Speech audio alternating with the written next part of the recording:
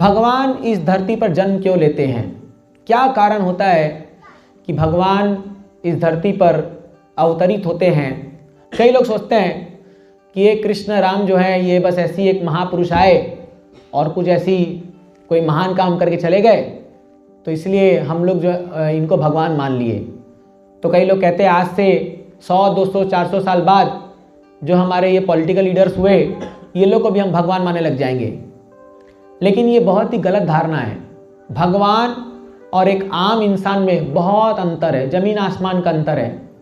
तो आज मैं आपको कुछ ऐसी बातें बताऊंगा जिससे आप स्पष्ट जान पाओगे क्यों कृष्ण भगवान है और क्यों वो अवतरित होते हैं इस संसार में, क्यों आते हैं वो। देखिए, पहली बात तो भगवान को यहाँ आने की कोई दरकार भी नहीं है। और भगवान क्यों आएंगे? आप सोचिए, अगर आप एक 5 स्टार होटल जैसा घर में रहते हो जहाँ आपके पास बहुत सारी सुविधा है, एसी है, फ्रिज है और सारी टीवी, इंटरनेट, सब कुछ है, क्या आप उसको छोड़ करके कोई गंदे से चाल में जाके रहना चाहोगे जहाँ पर आपको मच्छर काट रहे हैं, आपको गंदा पानी पीना पड़ रहा है, आपको बीमारियाँ हो रही है? कभी भी आप उसको रहना चाहोगे वैसा? आप कभी नहीं चाहोगे। तो अगर स्वर्ग की दृष्टि से देखें, देवताओं के लिए ये धरती गटर के समान है। मतलब यहाँ के लोगों इतना उनको वो तुच्छ लगता है ये धरती कि स्पर्श भी नहीं करते। आपको पता है जब देवता लोग यहाँ आते हैं तो वो छूते नहीं है धरती को, वो 1 फीट ऊपर रहते हैं। बोलते स्पर्श भी कर लेंगे तो गंदा हो जाएंगे हम लोग एकदम, ऐसा स्टैंडर्ड है वहाँ लिविंग। तो जब देवता लोगों का ये स्टैंडर्ड है तो देवता के कई गुना ज़्यादा स्टैंडर्ड ऑफ लिविंग तो वैकुंठ में है। तो क्यों भगवान जो षड ऐश्वर्य पूर्ण है, जो लाखों लक्ष्मियाँ उनकी सेवा करती है, हाँ, जो सदैव जो है श्री देवी भूदेवी उनके आसपास रहती है और उनके इच्छा मात्र से सारे कार्य हो जाते हैं, क्यों वो भगवान इस धरती पर आना चाहेंगे? यहाँ आने के बाद भी लोग उनको नकारते हैं, अरे कोई कृष्ण उष्ण नहीं आए थे, कोई भगवान नहीं थे। और आने के बाद भी उनको गाली देते हैं, शिशुपाल जैसे 100 गालियाँ बक रहे हैं भगवान को। कई लोग द्वेष कर रहे हैं, ईर्ष्या कर रहे हैं। ऐसे जगह में क्यों आएंगे भगवान? लेकिन फिर ही भगवान आते हैं। क्यों आते हैं ये समझिए थोड़ा। जैसे मान लीजिए अगर आपका कोई बच्चा आपको छोड़ करके किसी चाल और किसी ऐसे गंदे जगह में जाके रह रहा होगा, तो आप कितने ही अमीर खानदान से क्यों ना हो, आपके पास कितना ही धन क्यों ना हो, आप अपने बेटे को ढूंढने के लिए वहाँ जाओगे कि नहीं जाओगे? जाएंगे ना? क्यों जाओगे? क्योंकि वो आपका बेटा है ना, क्योंकि वो आपसे संबंधित है, क्योंकि वो आपका खून का रिश्ता है। तो आप उसके लिए कुछ भी करने को तैयार हो जाओगे। वैसे ही भगवान को फील होता है। भगवान को लगता है अरे ये सब जो है मेरे जीवात्मा जो हैं, ये मेरे अंश हैं और मुझे भुला करके ये लोग यहाँ भटक रहे हैं इस धरती पर और अनेक कष्ट को झेल रहे हैं। ये मेरा कर्तव्य है कि मैं जाऊँ और मैं इनको पुकार के बोलूँ, अरे मूर्खों क्या कर रहे हो यहाँ पर, मेरे पास आओ, मैं तुम्हें सब कुछ दूंगा। तो भगवान एडवर्टाइजमेंट करने आते हैं और वो दिखाते हैं इस दुनिया में आकर के कि अगर तुम मुझसे जुड़ जाओगे तो कितने आनंद से जीवन को व्यतीत करोगे और तुम्हें कितना सुख मिलेगा। इसलिए भगवान गीता में बहुत फेमस श्लोक कहते हैं, यदा यदा हि धर्मस्य ग्लानिर्भवति भारत अभ्युत्थानम अधर्मस्य तदात्मानं सृजामि अहम्। जब जब धरती पर धर्म की ग्लानि होती है, धर्म की ग्लानि मतलब क्या? जब व्यक्ति अपने वास्तविक कर्तव्य को भूल जाता है। वो क्या है? भगवान की सेवा करना। तो हम लोग इस दुनिया में आकर कितने लोगों की सेवा करते हैं, घर में पत्नी, बच्चे, माता पिता, भाई बहन, संबंधी सबकी सेवा करते हैं। हाँ, समाज में, सोसाइटी वालों की सेवा करते हैं। और फिर ऐसे कितने ही लोगों की हम सेवा करते रहते हैं। कस्टमर की सेवा करते हैं, जो दुकानदारी करते हैं। हर एक व्यक्ति कुछ ना कुछ सेवा कर रहा है, चाहे वो राष्ट्रपति क्यों ना हो, प्रधानमंत्री क्यों ना हो, वो भी किसी की सेवा कर रहा है ना, प्रजा की सेवा कर रहा है। सेवा करना हमारा धर्म है। ये आप सेवा से आप हट नहीं सकते हो, आप सेवा को छोड़ ही नहीं सकते, संभव नहीं है।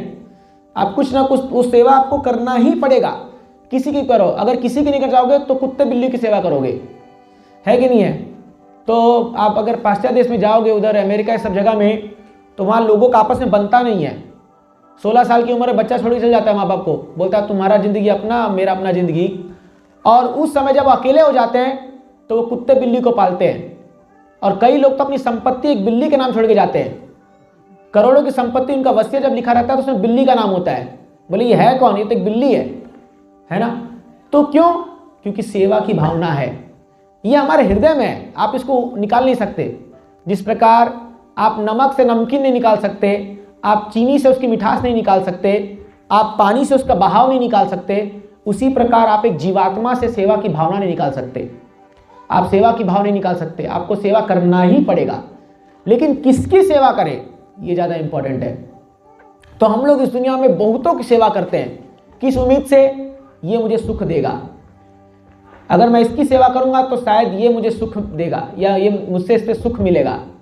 लेकिन अफसोस की बात यह है कि इस दुनिया में आप किसी की भी सेवा कर लो, आपको पूर्ण संतुष्टि और पूर्ण सुख नहीं मिलता है। ये नहीं मिलता और ये संभव भी नहीं है, क्योंकि सामने वाले व्यक्ति की वो क्षमता ही नहीं है। एक ही व्यक्ति है जो आपको पूर्णतः सुखी बना सकता है, वो है भगवान श्री कृष्ण, वह स्वयं भगवान। और वही सेवा को जगाने के लिए भगवान इस धरती पर आते हैं।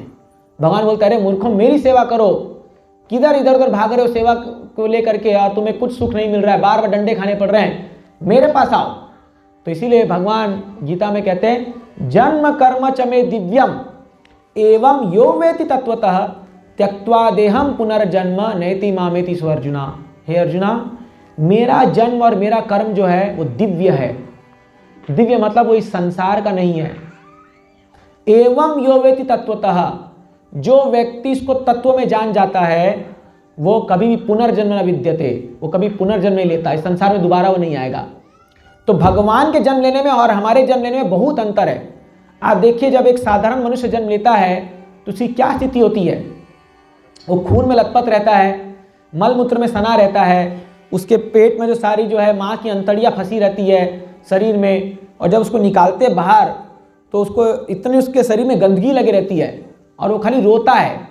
कभी अगर आप देखोगे बच्चा निकालते वक्त तो कितना एक अजीब सा लगता है, कई लोग तो उसको छू भी नहीं पाएंगे। लेकिन जब भगवान जन्म लेते हैं तो ऐसा नहीं है। जब भगवान जन्म लेते हैं तो पूरा उनका ऐश्वर्य उनके साथ प्रकट होता है।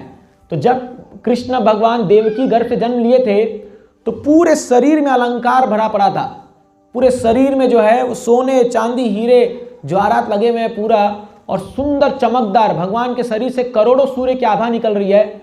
और इतने सुंदर भगवान का मुख, जैसी देवकी और वसुदेव ने देखा वो पूरा चौंक गए, अरे बाप रे, कौन आ गए सामने, इतने सुंदर भगवान जन्म लेते हैं वो। और वो डर जाती है माँ देवकी कि अभी ये बालक आया है, अभी कंस इसको लेकर के मार देगा।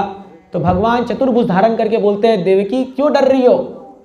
अरे कंस मेरे सामने कुछ भी नहीं है, मैं इसको जो है एक पल में भी खत्म कर सकता हूँ, लेकिन मैं अपनी लीला रचना मैं इंतजार करूंगा, क्योंकि मुझे अभी मेरी लीला को समर्पण कर लीला करनी है मुझे अभी वृंदावन में, इसलिए मुझे उठा करके गोकुल ले जाओ।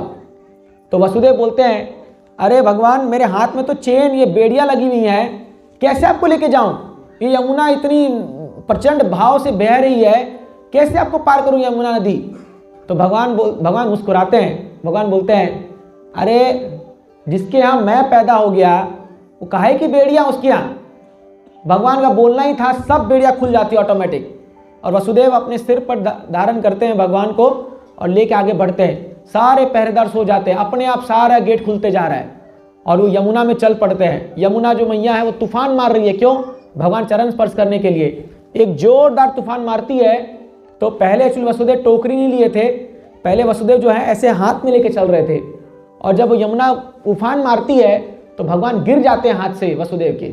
और भगवान जब गिरते हैं तो वसुदेव पूरा व्याकुल हो जाते हैं। मान लीजिए नदी में जा रहे हो, बच्चा गिर गया हाथ से, क्या होगा? इतने भयभीत हो जाते हैं। तो लेकिन यमुना स्पर्श कर ली तो यमुना अपने आप नीचे समतल हो जाती है। तब वो देखते हैं, अरे भगवान गिरे पड़े, उठा करके अब सिर पर उठा के लेके चलते हैं भगवान को वसुदेव। तो ये भगवान का जन्म है, क्योंकि भगवान की कोई भी लीला बिना ड्रामा के हो नहीं सकती है। उसमें ड्रामेटिक सीन बहुत होता है, तभी तो थोड़ा उसमें लीला में आनंद आता है। और फिर भगवान ऐसे आगे जाते हैं और आप देखिए कितने असुर भेजे कंस ने, कितने असुर। अरे भगवान जब 2 महीने के थे तो एक बाल गाथनी पूतना को भेजा, केवल उसका दूध पीने से मात्र भगवान ने उसको मार दिया। पूतना का शरीर आपको पता है 12 किलोमीटर लंबा शरीर था उसका, 12 किलोमीटर, यहाँ से खारघर पहुंच जाओगे, 12 किलोमीटर लंबा उसका शरीर। हाँ, और इतने विशाल वो धारण करके आती है वहाँ, तो इतनी सुंदर रूप लेके आती है। यशोदा माँ और रोहिणी माँ अपने आप बोलती है शायद ये हमारे लाला को दूध पिलाने आई है, लेकिन उसके तो मन में जहर भरा पड़ा था और बोलती है दूध क्या, इसको ऐसा जहर पिलाऊंगी कि कभी आंख नहीं खोलेगा, सोया का सोया रह जाएगा। और भगवान जैसे उसको देखते हैं पूतना को, बोलते ले आ गई मरने के लिए। तो भगवान देखते ही आंख बंद कर लेते, बोलते अरे इस लीला में भी पहला मुझे स्त्री को मारना पड़ेगा, क्योंकि भगवान रामचंद्र भी पहला जो असुर को मारे थे, किसको मारे थे? ताड़का को मारे थे, वो भी स्त्री थी। तो भगवान बोले इस लीला में पहले स्त्री को मारना पड़ेगा। खैर जो भी हो, ये तो असुर है। तो भगवान जो है उसके स्तन को पकड़ते हैं और वो बोलती है आ लाला मेरा दूध पी ले, मेरा दूध पी ले। बोलता हाँ माँ पीता हूँ, अभी पीता हूँ। और दूध के साथ साथ उसका पूरा प्राण हर लिए भगवान। तो सोचिए आप 2 महीना का बालक जो 12 किलोमीटर लंबे असुर को मार रहा है, उसका जन्म कोई क्या साधारण होगा? एक एक लीला आप देखिए भगवान के, आप देखोगे तो वो असामान्य है, वो व्यक्ति के कल्पना से बाहर है जो भगवान लीला करते हैं। जन्म कर्म च में दिव्य, जन्म भी दिव्य है, कर्म भी दिव्य है। जो भगवान करते हैं वो एकदम परफेक्ट होता है।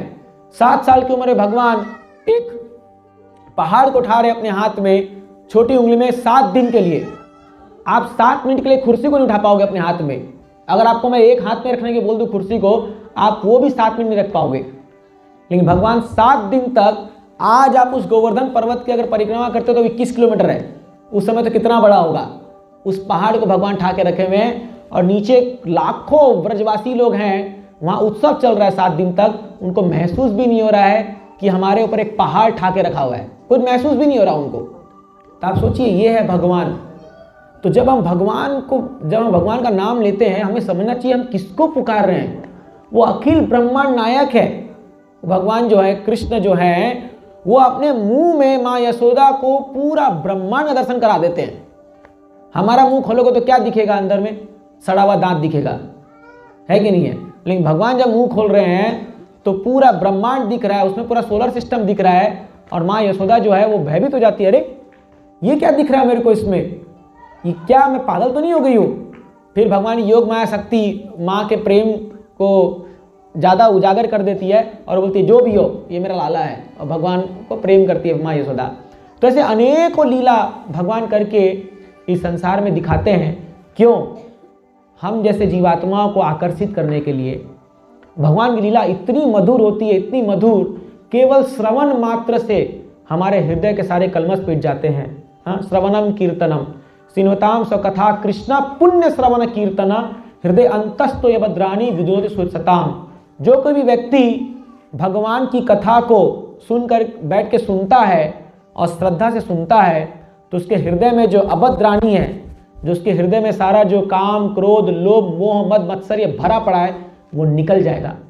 आप देखिए आज के ज़माने में लोग जो है नेटफ्लिक्स और ये प्राइम वीडियो, ये सब 1.5-1.5, 2-2, 3-3 घंटा देखते रहते हैं, 10-10 घंटा देखते रहते हैं। और उनको बोलो भगवान की कथा में आके सुनो, वो नहीं सुनेंगे। तो अभद्र घटेगा कि बढ़ेगा?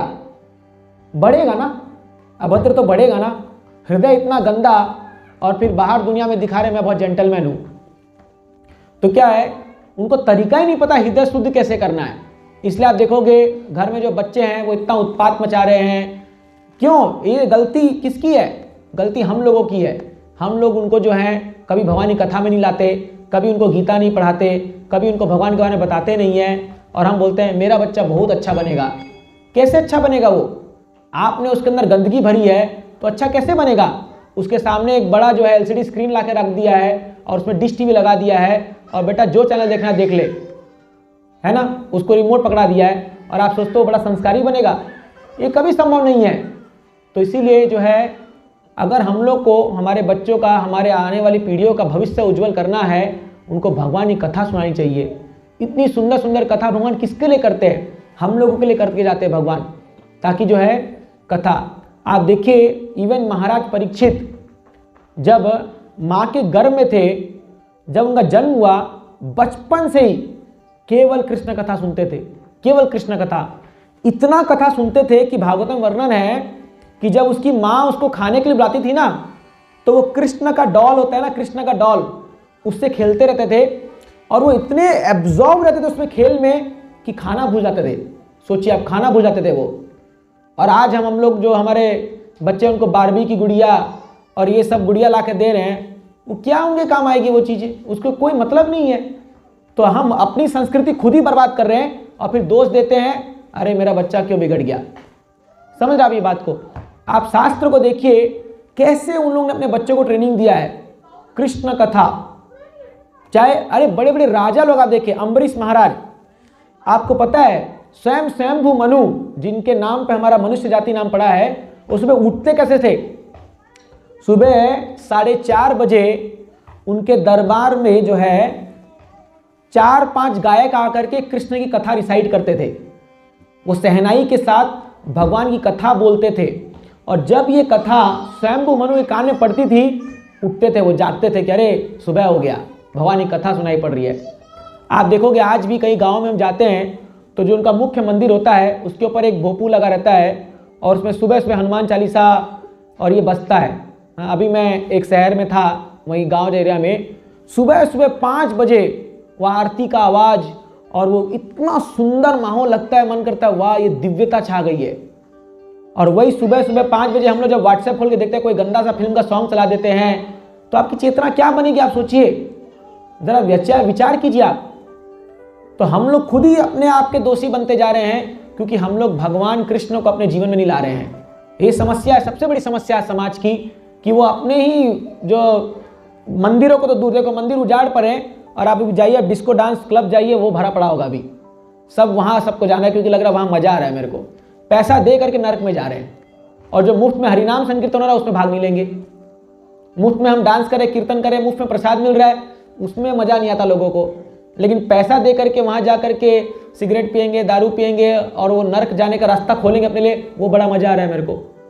ये देखिए बुद्धि का कैसे भ्रम फिर गया बुद्धि। आप सब विचार कीजिए कि हम किस तरफ जा रहे हैं हम लोग। तो कहने तात्पर्य ये है, यदि हम कृष्ण को अपने जीवन में नहीं लाते हैं, भगवान की लीला को अपने जीवन में नहीं उतारते हैं, भगवान के आदेश को नहीं उतारते, भगवान खुद गीता में कहते हैं, अर्जुना मेरी बात मानोगे तो तुम्हें इस भव संसार से पार करके ले जाऊंगा, और अगर नहीं मानोगे, अपने मन मर्जी करोगे, तो तुम अपने लिए खुद रिस्पॉन्सिबल हो, फिर मैं तुम्हें बचा नहीं पाऊंगा।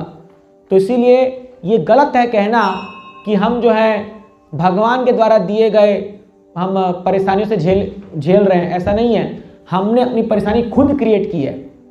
कोई व्यक्ति नहीं बोल सकता कि किसी और की वजह से मुझे तकलीफ आ रही है, नहीं, आप अपने जो आपका जो तकलीफ का कारण है वो आप खुद हो, क्योंकि हमने ऐसा कार्य किया, हमने ऐसा चूज किया है, हमने ऐसा ही अपना जीवन को बनाया है। तो इसीलिए भगवान जब इस धरती पर आके लीला करते हैं तो वो हमें अट्रैक्ट करते हैं कि अरे भक्तों मेरे लीला में शामिल हो जाओ, और देखो कितना आनंद आता है। तो जब भगवान मथुरा में घुसते हैं, आप देखोगे भगवान एक टेलर कपड़ा लेके जा रहा था, तो भगवान के साथ उनके सखा सब चल रहे थे। तो भगवान ने कहा देखो भाई मेरे लोग आए आपके शहर मथुरा में आए, इनको था कपड़ा वपड़ा कुछ दान में दो, सब ब्राह्मण के लड़के हैं। तो उसने क्या किया, उसने एकदम अकड़ के बोला ये कपड़ा केवल कंस के लिए है, वो राजा है वही पहनेगा, हटो तुम लोग, कहाँ से आ गए ग्वाल बाल, ऐसे करके उनको धत्कार दिए। भगवान ने कहा यार मेरे दोस्तों के सामने इंसल्ट कर दिया, मेरे दोस्तों को लाए इंसल्ट कर दिया। भगवान ने खाली नहीं तिनका भी नहीं, खाली उंगली से उसको ऐसे किया, उसका गला कट गया वहीं पर। भगवान ने बोला तेरा कंस राजा जो है वो कैसे राजा बना है, अत्याचारी राजा है, तेरा जो अभी हाल हुआ है उसका भी वही होने वाला है। वही भगवान थोड़ा सा और आगे जाते हैं तो एक फूल बेचने वाला जैसे ही भगवान को देखता है, कृष्ण बलराम दोनों जा रहे थे मथुरा में और बगल में ग्वाल बाल सब लोग जा रहे हैं, तो वो जाके तुरंत भगवान को माला पहनाता है, एक कृष्ण को एक बलराम को, और सारे फूलों का जो गुच्छा है वो इन भक्तों को दे देता है सारे। भगवान इतना खुश होते हैं, भगवान बोलते हैं ये जीवन पर्यंत, तेरे जीवन के अंतिम सांस तक तुझे कभी दरिद्रता नहीं सताएगी, तू पूरा खुशी से जीवन जिएगा और ये जीवन अंत करके मेरे धाम को प्राप्त करेगा। क्या किया, खाली एक फूल का माला चढ़ाया, खाली एक फूल का माला। वही भगवान थोड़ा सा आगे जाते हैं, ये कुब्जा जो कुबड़ थी पीठ से चंदन लेके जा रही थी, किसके लिए, कंस के लिए। जैसे ही भगवान को देखी जाके चंदन लगा दी भगवान के शरीर में, थोड़ा ऐसे चंदन लगा दी कृष्ण बलराम को और सारे उनके ग्वाल बालों को। भगवान इतना खुश हुए, भगवान बोले आज तुझे मैं इतना सुंदर बनाऊंगा कि दुनिया की बड़ी बड़ी अप्सरा तेरे को देख करके लज्जित हो जाएगी। और सीधा उसके ऐसे थोड़ी पे हाथ रखा, उसको ऊपर उठा दिया और इतनी सुंदर बन गई, वो इतनी सुंदर बन गई। फिर क्या बोलती है कुब्जा, भगवान मुझे आपका पर्सनल सानिध्य चाहिए, मुझे आप एकांत में चाहिए, अकेले चाहिए। भगवान बोले ये भी इच्छा पूरी करूंगा। तो क्या होता है, भगवान जब कंस को मार देते हैं उसके बाद उद्धव को लेके जाते हैं कुब्जा के घर में। अभी उद्धव कौन है? उद्धव बृहस्पति का शिष्य है, बड़ा पंडित ज्ञानी, महान ज्ञानी। और उद्धव को ले आते हैं कुब्जा के यहाँ। तो उद्धव बोलता है मेरे को क्यों लेके आए हो? तो भगवान बोले देखो, कोई व्यक्ति यदि मेरी थोड़ी सी भी सेवा कर देना, उसको मैं क्या फल देता हूं, मैं तुम्हें दिखाने के लिए लाया हूं। थोड़ी सी सेवा भी कोई कर दे तो इवन, आप जरा सोचिए, मैं सेवा की बात बता रहा था। आप देखिए इस दुनिया में व्यक्ति अपने सगे संबंधी कर करके मर लेता है, लेकिन उसको कुछ मिलता नहीं है। लास्ट में क्या मिलता है? तुमने मेरे लिए किया ही किया। माँ बाप कर करके थक जाते हैं, बेचारा लोन लेके पढ़ाते हैं, उसको पूरा शादी उदी करते हैं। फिर जो उसकी पत्नी आती है, माँ बाप को ही कोसती है और बेटा बोलता है तुमने किया ही क्या मेरे लिए। ये कॉमन आप फिल्मी डायलॉग भी सुना ही होगा, क्या क्या तुमने मेरे लिए। अगर उसको गिनाएंगे तेरे लिए क्या किया तो उसका होश उड़ जाएगा, लेकिन जवाब यही मिलने वाला है। क्यों? क्योंकि उसके अंदर कृतज्ञता नहीं है। और वही भगवान थोड़ा सा सेवा कर दो, थोड़ा सा।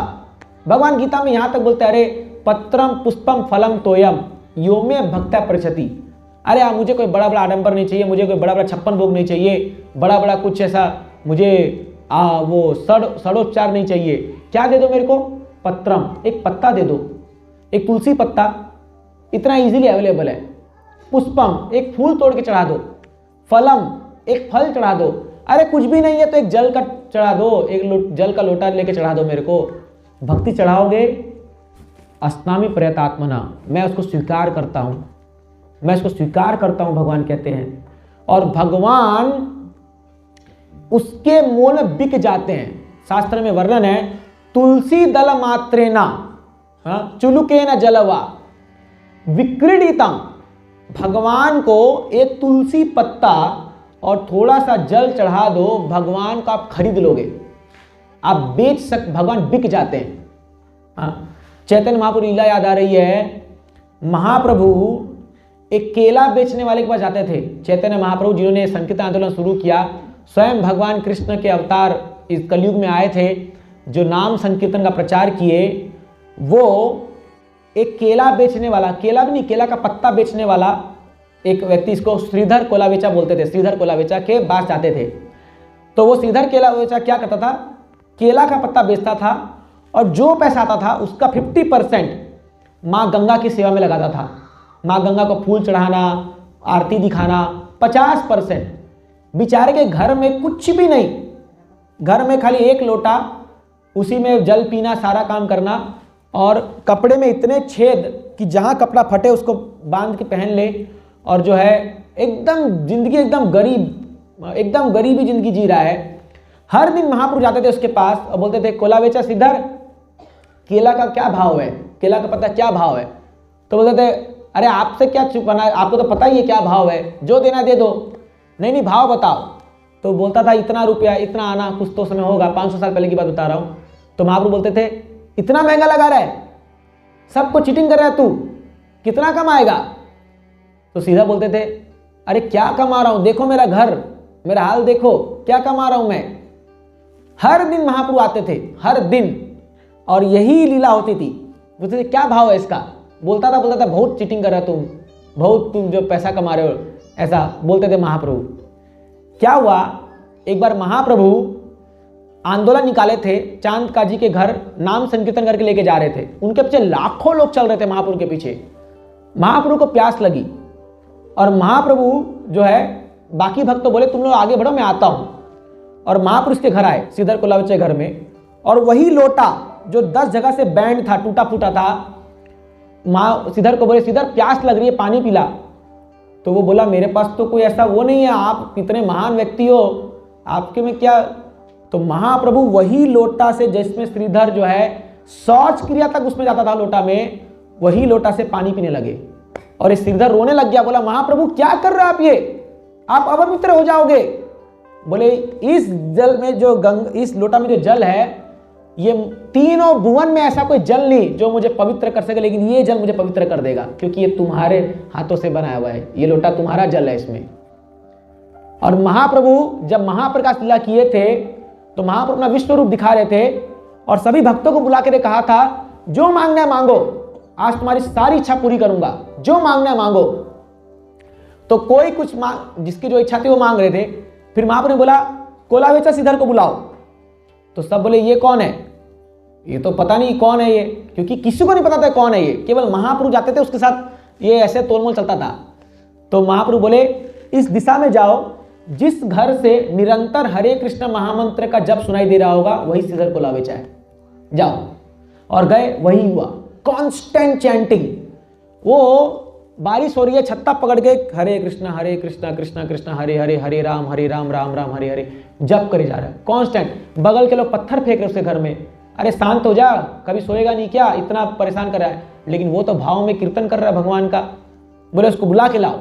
ये लोग बुला के लाए, बोले अरे श्रीधर आओ आओ, महाप्रभु तुम्हें बुला रहे हैं। तो महाप्रभु बोले, श्रीधर मांग, आज क्या मांगना है तेरे को? अरे तू बोलेगा तो तेरे एक ब्रह्मांड तेरे नाम कर दूंगा, तेरे को ब्रह्मांड का राजा बना दूंगा पूरा एक। तो श्रीधर बोले, मांगो मांगो, क्या मांगना है, आज तेरी सारी देवता पूरा खत्म कर दूंगा, जो तेरी इच्छा मांग ले। वो क्या बोलता है पता है आपको? क्या मांगता है वो मांगता है, महाप्रभु यदि आपको मुझे कुछ देना है तो हर जन्म मैं ऐसी गरीब खानदान में जन्म लूं और हर जन्म में यही केला बेचने का व्यापार करूं और हर दिन आप मेरे पास आओ और मेरे से तोलमोल करो, यही मेरी इच्छा है। ये मांगा उसने। ये है शुद्ध भक्त। आप सोचिए, चाहता था उस समय BMW मर्सिडीज कार मांग लेता, 10 उसकी फैक्ट्री मांग लेता, नहीं। क्यों मांगा? ये बोला, महाप्रभु अरे जो व्यक्ति आपका दर्शन कर लेता है एक बार, वो कभी संसार में जन्म नहीं ले सकता। सेम कुंती महारानी प्रार्थना करती है भगवान से, बोलती है, भगवान जब भगवान इनको जिता देते हैं, महाभारत युद्ध हो जाता है और ये लोग पूरे पांडव जीत जाते हैं, हस्तिनापुर इनका हो जाता है, तो भगवान बोले अब मेरा काम हो गया, मैं जा रहा हूं द्वारका। तो कुंती महारानी बोलती है, वाह ये अच्छा खेल खेला भाई तुमने। अरे जब जब हमारे पर विपदा आई तुम हमारे सामने होते थे, आज जब इतना राज्य मिल गया, सब ऐश्वर्य मिल गया, तब जा रहे हो, क्या फायदा है इस ऐश्वर्य का, हमें नहीं चाहिए। क्या बोलती है वो, भगवान यदि हम पर कृपा करनी है तो ऐसी कृपा करो हर दिन और बड़ी विपदा आए। कोई आज तक ऐसा व्यक्ति पैदा हुआ होगा जो भगवान में घंटी बजा बोला, भगवान मुझे दुख दे दे? कोई होगा आप में से कोई है जो यहाँ आता होगा, विट्ठल जी के सामने बोलता होगा, भगवान मेरी एक आंख फूट जाए आज, भगवान आज टांग टूट जाए, भगवान आज चोरी हो जाए? कोई मांगेगा? कभी नहीं मांगेगा। कुंती महारानी ये मांग रही है। सोचिए आप क्यों मांग रही है? बोलते भगवान क्योंकि मैं जानती हूं जैसे ही हमारे पर संकट आएगा आप तुरंत भाग के आओगे द्वारका से दौड़ के हमारे पास, और जब आप आ गए तो फिर और चाहिए ही क्या, अपुनर्भव दर्शनम। क्योंकि अगर आपको देख लिया दोबारा इस संसार में जन्म लेना पड़ेगा। भगवान को देखने मात्र से ये फल होता है। तो यही भगवान जो है हमें अपनी लीलाओं से आकर्षित कर रहे हैं कि अरे तुम लोग कहाँ भटक रहे हो इस संसार में, इतना कष्ट झेल रहे हैं। पुनरअपि जननम पुनरअपि मरणम पुनरअपि जननी जठरे शयनम। हाँ, शंकराचार्य जी कहते हैं कि हे भगवान, बार बार माँ के गर्भ में आ रहे हैं, जन्म ले रहे हैं, बुढ़ापा आ रहा है, बीमारी आ रही है, फिर मर रहे हैं, फिर जन्म ले रहे हैं। यही संसारे बहु दुस्तारे कृपया पारे पाहे मुरारे। हे मुरारी कृपया पार कर दो संसार से। और केवल भगवान कृष्ण में ये ताकत है कि आपको इस संसार से पार करके वो अपने शाश्वत धाम में बुला सकते हैं, और किसी में ताकत नहीं इतनी। तो इसीलिए हम लोग को थोड़ा बुद्धिमानी से काम लेना होगा कि हम लोग अपनी सेवा को कहाँ पर अर्पित कर रहे हैं। तो हम सेवा करना चाहते हैं, हमारी ये भावना है, लेकिन कहाँ करना है ये पता नहीं है, यहाँ हमसे भूल हो रही है। तो इसीलिए बाकी संसार की सेवा छोड़ करके भगवान की सेवा में लगिए। देखिए ऐसा आनंद आएगा, ऐसा आनंद आएगा, आपको लगेगा बाप रे मैंने पूरा इतना टाइम वेस्ट कर दिया अपने जीवन का। तो मुझे अनुभव है, हमारे इस्कॉन में जैसी भक्त बनते जुड़ते हैं, तो जैसी वो भक्ति में जुड़ते हैं वो यही बोलते पहले, काश पहले आ गया होता, काश पहले आ गया होता, इतना समय बर्बाद हो गया मेरा। तो आप भाग्यशाली हैं, देर आए दुरुस्त आए, कम से कम अब आपको ज्ञान आ गया है, आ रहा है, तो इसको पकड़ लो, तुरंत इसको ले लो अपने हाथ में और प्रैक्टिस करना शुरू कीजिए, भक्ति करना शुरू कीजिए। ये ऐसा धन है जो न तो आपसे कोई छीन सकता। आप भले करोड़ रुपए कमा लोगे, लेकिन आपको हमेशा डर लगा रहेगा कोई चुरा ना ले। आप उसका एफडी बैंक बैलेंस डाल दोगे, कोई साइबर अटैक करके वो भी चुरा लेगा, है ना। पता चला बैलेंस जीरो, होता है ना आजकल। आप घर में तिजोरी में रखोगे कि डाका पड़ गया, को आपका कोई भी धन हो वो आपसे जा सकता है।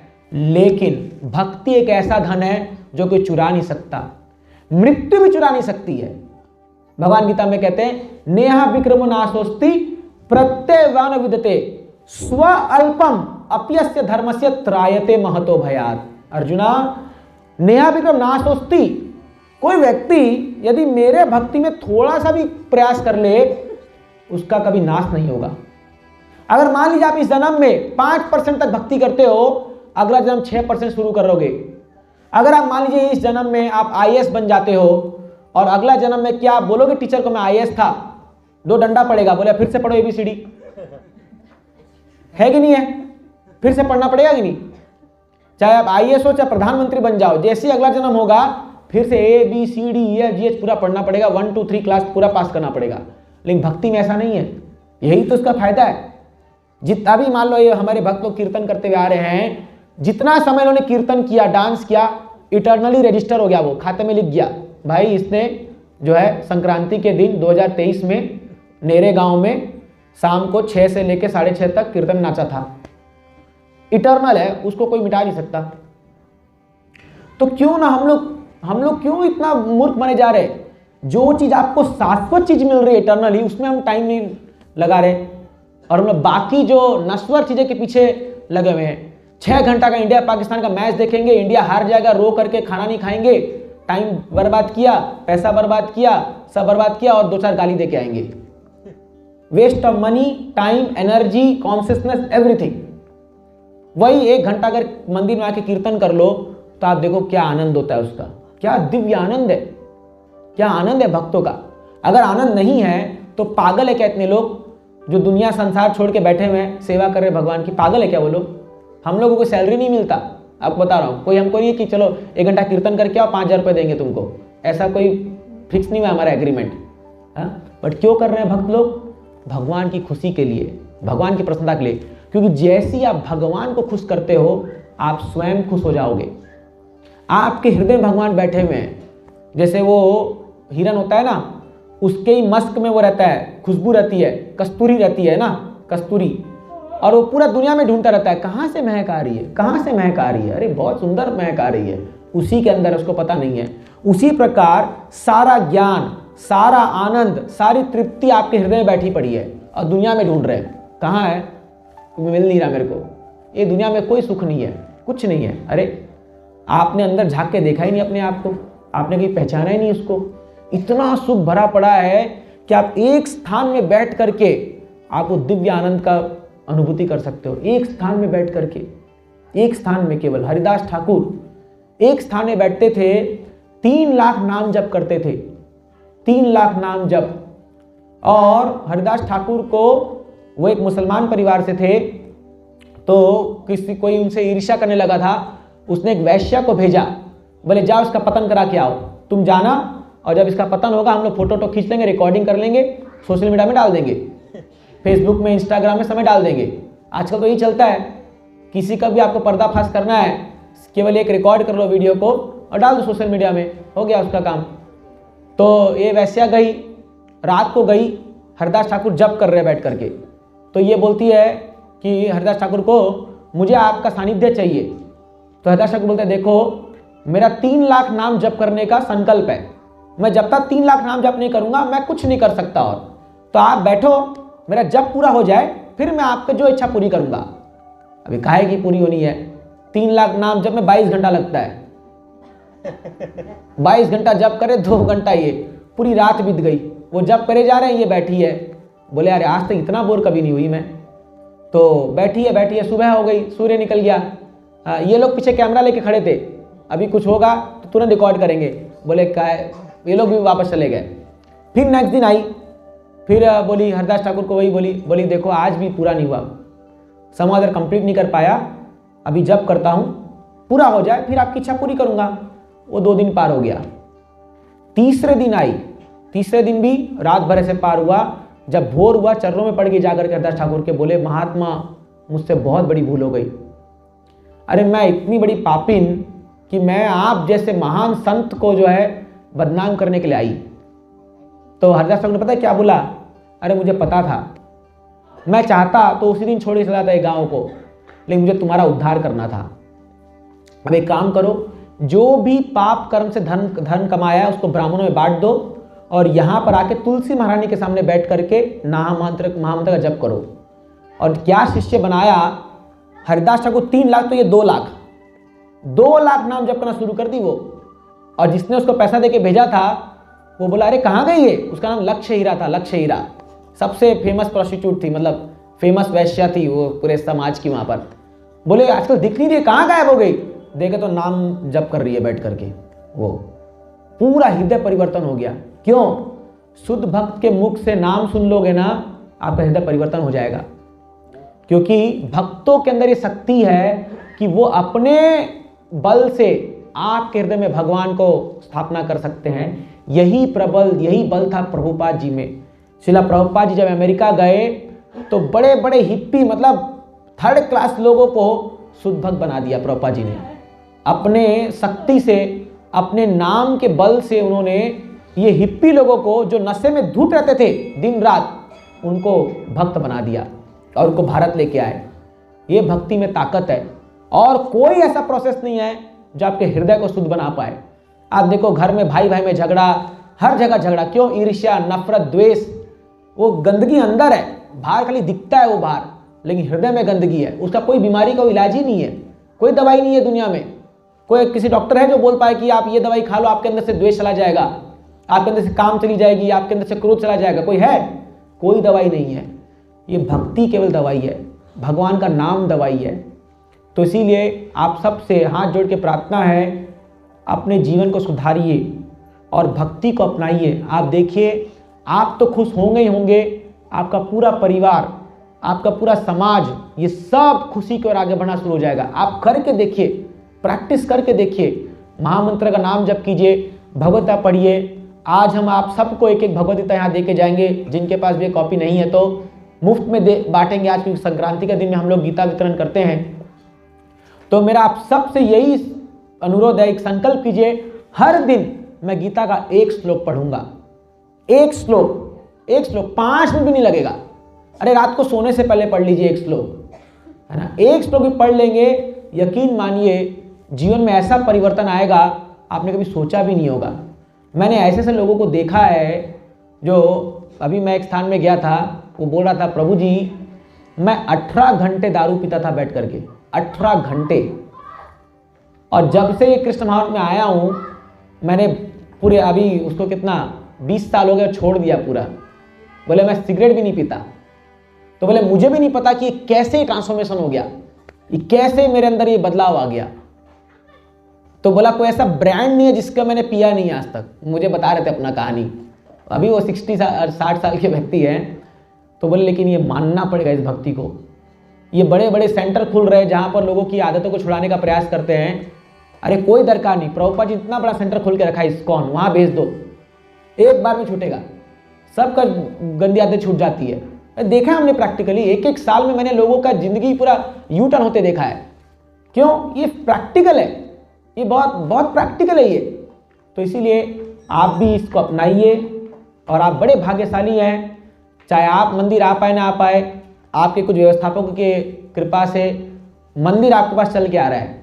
उस भक्त आ रहे हैं, प्रसाद आ रहा है, किताब आ रही है, कीर्तन आ रहा है। तो सोचिए भगवान आपके लिए भेज रहे हैं, भगवान अपने दासों को भेज रहे हैं आपके लिए कि जाओ इनको समझाओ, इनको बताओ, मेरा ज्ञान को बताओ। और भगवान गीता में बोलते हैं जो कोई भी मेरे इस दिव्य ज्ञान को दूसरों को जा करके बांटेगा और बताएगा, मेरा गारंटी है उसको शुद्ध भक्ति प्राप्त होगी और मेरे धाम को प्राप्त करेगा वो। तो इसीलिए महापुरुष ने कहा था कि भारत भूमि ते मनुष्य जन्म होइलो जार, जन्म सार्थक करी कर परोपकार।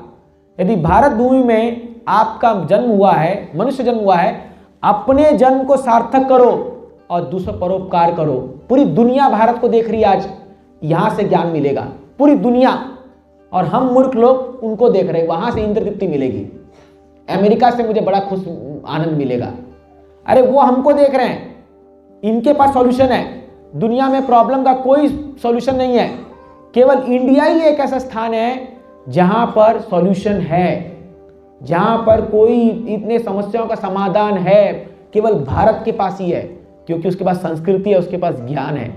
तो इसीलिए आप इस ज्ञान को अपनाइए और गीता पढ़िए। 45 मिनट का ज्ञान आप सोचिए, अर्जुना के जीवन को बदल के रख दिया। वो अर्जुना जो बोल रहा था मैं युद्ध नहीं करूंगा, अपने सारे हथियार डाल दिया, पसीना आ गया उसको, पूरा कांपने लगा थरथर थरथर। वो क्या बोलता है, करिष्ये वचनम तव, हे भगवान अब जो आप बोलोगे करके दिखाऊंगा मैं, केवल 45 मिनट के ज्ञान में। और क्या ज्ञान है, क्या ज्ञान है। 1000 बार भी पढ़ोगे ना पूरी गीता को, और 1001 बार पढ़ोगे आपको लगेगा मैंने पढ़ा ही नहीं है इसको, ऐसी ज्ञान है ये। केवल 700 श्लोक, मैं मजाक नहीं कर रहा हूँ, मैं खुद 5-6 बार पढ़ चुका हूँ, सच बता रहा हूँ। आज भी जब गीता खोलते लगता है मैंने पढ़ा ही नहीं है इसको। क्या दिव्य ज्ञान है। जिस प्रकार भगवान के चरण कमल से गंगा निकलती है, सदैव युगों युगों से पवित्र करते आ रही है, उसी प्रकार भगवान के मुख से गीता निकलती है। तो भगवान के मुख में और उनके चरण में कोई अंतर नहीं है, दोनों जगह पवित्र है। तो जब गंगा पवित्र करती है तो मुख से जो गीता निकले वो पवित्र नहीं करेगी क्या, वही पवित्र करेगी। तो भगवान के शरीर से जो भी कुछ निकल रहा है मानव समाज कल्याण के लिए, वो पवित्र कर रही है, करती आई है युगों युगों से और करते जाएगी। तो इसीलिए इस ग्रंथ को अपनाइए, इसको पढ़िए और आप देखिए आपके जीवन में क्या ट्रांसफॉर्मेशन आता है। तो ये बहुत प्रैक्टिकल है। अरे पाश्चात्य देश के लोग इसको जीवन जी रहे हैं गीता को। आप हमारे मायापुर जाइए, जुहू जाइए और वृंदावन जाइए, देखिए अपना संस्कृति छोड़ के वो लोग धोती कुर्ता पहन करके फॉलो कर रहे हैं हमारे संस्कृति को। जरा सोचिए आप, हम लोग क्यों पीछे रहे। इसमें कितना बड़ा खजाना हमको भगवान दे के गए हैं। तो इसीलिए आज इस मकर संक्रांति पे बड़ा ही शुभ दिन है, नया साल एक प्रकार से हमारे लिए है। संकल्प लीजिए कि मुझे अपने जीवन को सुधारना है, केवल मन में विचार कीजिए कि मुझे सुधरना है। आप देखिए क्या होता है फिर, क्योंकि वो परमात्मा आपके अंदर बैठ के सुन रहे हैं। अरे आज इसने सोचा कि मुझे सुधरना है, भगवान अरेंजमेंट करना शुरू कर देंगे। आप देखिए, केवल सोचना है हमको, भगवान वेट कर रहे हैं। अभी भगवान ऐसे तो हम लोग ऐसे बैठे खड़े, भगवान बोले तू कब ऐसे होगा रे, बस ऐसे हो जाओ, आमने सामने हो जाओ भगवान के, देखिए क्या होता है फिर। ऐसा ऐसा काम करा देंगे आपसे, आपने सोचा भी नहीं होगा, बाप रे कैसे हो गया ये। लेकिन ये भगवान करा सकते हैं, उनमें ताकत है ना। जो काम भगवान करा सकते हैं मनुष्य नहीं करा सकता, ये ध्यान रखिए। तो इसीलिए आज मकर संक्रांति के अवसर पर हम श्री राधा मदन मोहन जी से प्रार्थना करेंगे आप सबको कृपा करें और आप सब जो है भक्ति में आगे बढ़िए। ये जीवन का सार है, सार वस्तु है। एक एक दिन बीत रहा है हमारे जीवन का, इसको बर्बाद मत जाने दीजिए। एक एक दिन जो है बहुत महत्वपूर्ण है, और आप एक एक दिन जो आप धीरे धीरे भगवान को आगे बढ़ोगे, खुद तो जीवन को कल्याण करोगे, औरों का भी कल्याण करोगे, आप देखोगे। तो यही प्रार्थना के साथ मैं अपनी वाणी का विराम दूंगा।